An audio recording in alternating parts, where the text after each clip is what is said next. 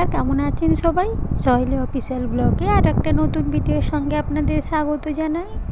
আমের সিজন তো প্রায় শেষ হয়ে এলো, তাই ভাবলাম এই রেসিপিটা একবার শেষের সময় আপনাদের করে দেখাই। তো এখানে আমি 4টে আম নিয়েছি, আপনারা প্রয়োজন মতো বেশি নিতে পারেন। তো 4টে আমকে ভালো করে ধুয়ে কেটে নিয়ে এইভাবে চামচ দিয়ে করে নিতে হবে, যাতে গোটা গোটা না থাকে, কারণ এটাকে আমি বরফি বানাবো। হ্যাঁ, ঠিক শুনেছেন, আমের বরফি বানাবো। তো আমের বরফি বানাতে গেলে যা যা উপকরণ লাগে তা তো আমি ভিডিওর মাধ্যমে আপনাদের দেখিয়ে দেবো। আম কোরানো হয়ে গেছে, এবার আমি নারকেল ফাটিয়ে নেব। এটা হচ্ছে আমাদের বাড়ির গাছের নারকেল। তো নারকেলকে ছাড়িয়ে ভালো করে নারকেলটা কুড়ে নেব।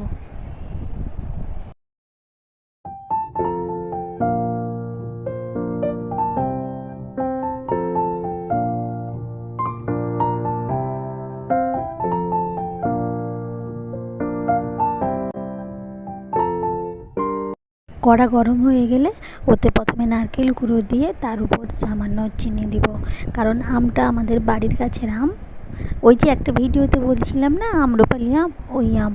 তো আমটা প্রচুর মিষ্টি, তাই বেশি চিনি লাগবে না, সামান্য চিনি দিয়েছি। আমের পুরটা ততক্ষণ নাড়তে থাকুন যতক্ষণ না তার গায়ের জলটা মরে যায়, কারণ চিনি থেকেও জল ছাড়বে, নারকেল থেকেও সামান্য জল বেরোবে। উপর থেকে দিয়ে দেবো কয়েকটা এলাচ ফাটিয়ে, কারণ গন্ধটা খুব ভালো আসবে।